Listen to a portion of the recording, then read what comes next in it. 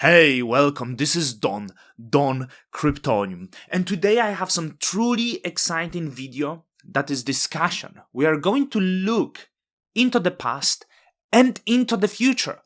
We are going to see what were the most common mistakes done by the crypto projects, what they could do better heading into the future, and all of that to make you, retail users, informed and knowing what's going on and to protect maybe also your wallet. But remember, this is not financial advice. If you like this type of content, support Don Kryptonium by liking this video, sharing this video, and sharing your own opinions, okay?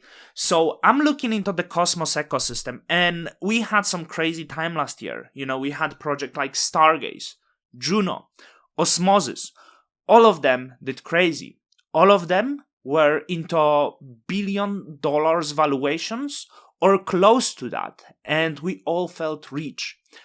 But there were mistakes done, and right now, a lot of these projects paying for the mistakes. This video is not here to fight them. This video is rather trying to see and think what could be done better.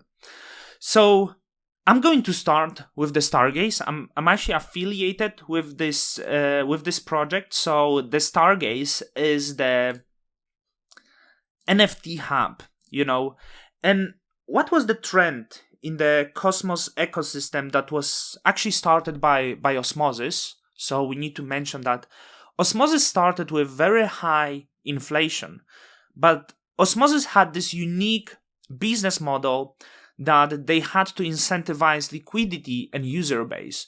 With that, a lot of other projects that were doing airdrops in the Cosmos ecosystem were using Osmosis as the example of the right bootstrapping of the project. So the Stargaze launched via the airdrop, right? Many people received the tokens for free. It was actually the fair drop.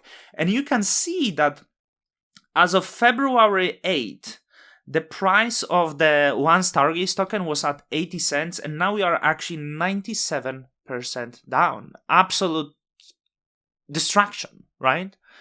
So what could be done better here? You see, the Stargaze is not liquidity protocol. It doesn't necessarily require that much of the bootstrapping at the start.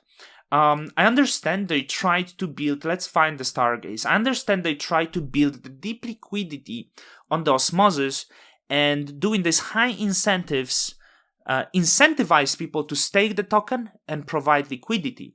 And with that, we had at inflation, I believe at over 100% or close to that, at least staking APR was at over 100%.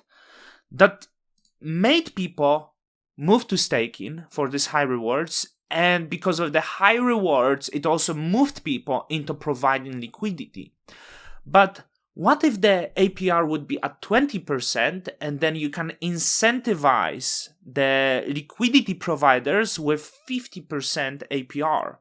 Would it have bad effect of the liquidity, or would it have similar effect on the Osmosis liquidity because it would make more sense for people to provide liquidity than stake, but your cost and the dilution would be much less? So this is the first part. I do believe the inflation is bad. Why would you incentivize and try to bootstrap the economies with this high APR, trying to make it trending? And as you can see, the price actually peaked in February before the marketplace. And I understand that the marketplace and releasing the token before the marketplace was crucial, right? Because people need to trade. But question is, was it necessary to release it, actually it's okay, 2 months before, I believe, and drive the hype? Or would it make more sense to release it very close to releasing the marketplace? With that, as the people would receive the tokens, they would be focused on using these tokens to trade the NFTs instead of doing anything else first. And that would balance the price better because those who created collections would sell the tokens. That would push price down, but those who would try to buy the tokens would acquire more. And with that, maybe this price performance would be a little bit different. So always focus on the product more than on the tokens. When we speak of the tokens, we really have to speak about Juno. So I'm going to Juno. Many people think I hate of Juno, but Juno is extreme example of not having the product and focusing on the token. So Juno launched, as you can see, October 2021, and till now we don't really have any utility of the token. So it's been over a year, there is no product, there is just token. And some people would say, hey, this is not the first example, because when you look at Cardano, they released the white paper and they had token for like 3 years before even you could build the smart contracts. But it's hard to be blind to the fact that in these few months, the token was major selling point of Juno. There was the token release that was advertised by high APR, incentivizing you buying the token. All of that rhetoric was bootstrapped by the, well, let's say Core One and insiders that were heavily benefitors of the vested rewards that could be staked with this high APR. Then we had the enabled smart contracts, but we didn't really have the product. A few months into existence of the Juno around here, there was the one of the first smart contract that was launched was actually Neta, which was just the DAO token without any utility. So the Juno, for over a year, trying to be marketed with its token instead of the product. Was there any other way? Let's think about this, right? Could Juno launch without the token, without trying to incentivize just the high staking and build the product? Some people would say, hey, it couldn't be done different-wise because you would have to pay the developers. But there was a lot of early supporters. Was it possible to launch some sort of secondary market where people can purchase the tokens and, try to get 500K or something, maybe $1 million that could bootstrap this first few months of the development of the infrastructure before making the token the product?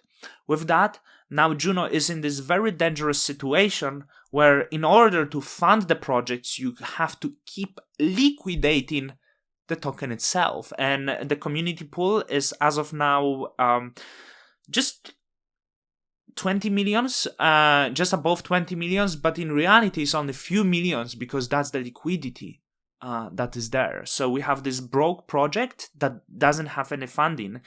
And to compare to Stargaze, Stargaze raised $4.6 million despite being smaller market cap than Juno.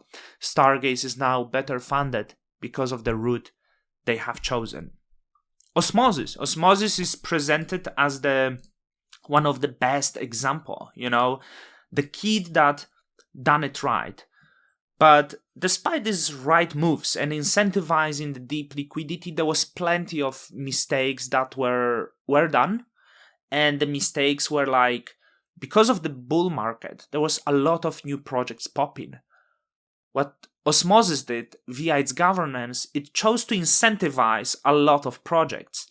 And in fact, probably more of the projects were incentivized that didn't have any product, but had the token.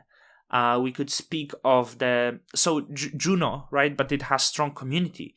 But we could give a lot of other examples, such as Comdex, for example, that build the commodity market. And I'm not here to shit on anything else that someone did, but Comdex made the token without having any product for also, is it over a year now? Which was horrible effects on its token as everything else. Of course, we need to pay attention that there is also bear market, but all of these projects did the same mistake of trying to make the token a product, and Osmosis chose to incentivize a lot of these products. If that wouldn't be the case, Osmosis probably now would be in better place if there would be a lot of due diligence done of what to incentivize or what not. The fault could be governance. And this is the other problem that I want you to think of. The governance in its structure right now in the Cosmos ecosystem, especially that the Cosmos chains are community driven, are completely not well thought, and in many cases it's an absolute joke. If you try to make the community driven chain, you need to take governance very serious. I don't think it was taken serious. The governance was, many people voted yes, just because maybe they could get rewarded with the token airdrop later. But you need to understand that the governance need to be well structured, and the governance need to be ensured for the best well-being of the ecosystem. If you use governance for other means, if you don't have the real structure, this governance can be highly manipulated and be detrimental to the well-being of the ecosystem. There was a lot of proposals of this. I'm not going to point, but we have a lot of weird proposals that costed a lot of money, right? But did not necessarily brought the benefit to the ecosystem. I want to speak of Stride. So Sommelier, like absolutely no product launching to the market, right? Also, so you have this, like, Cosmos is riddled with the same mistakes. We have Umi that raised maybe even too much money, right? That also had some results on its token performance. But I want to speak also on Stride. So very low liquidity. Look, someone just pumped 10 cents with very low liquidity, and I'm thinking like how to make it right. So chains have to have product market fit. So as we look at the Juno, right, what's the product? We don't know. When we look at the Stride product is liquid staking. They have the product that people want to use, that people are actually using. The problem with its token is, and this is mistaken, right? The token peaked here, so we don't have this detrimental token economics. But you need to understand it's also because they launched in the bear market, so it's different. But Stride didn't need to launch the token and allow the token to trade before the utility for this token, right? Because this Stride token does nothing right now than providing security. Was it necessary to make token trending? Possibly not, because there is absolutely no benefits to the token holders. Your token should always serve as the utility to your users. The people who buy the token are the customer of your product. The token needs to have utility. So if the holders hold the token and receive the benefits from your network, this is great utility. If your token doesn't serve that purpose, it doesn't have utility. I know the Stride is trying to make it and bring the utility, but this is for all the project. There is absolutely no need to allow for trading token before you have product. And I hope we will see less of that. I hope we will see less of trying to focus on the token and its price as the main utility and focusing more on the product, okay? I hope we will see more of the less inflation, less of the increase in supply, and more of the thinking of delivery of the product and the platform before anything else. I hope you found this video useful, and let me know what you think in the comments, and I will see you next time. Don Cryptoniums out.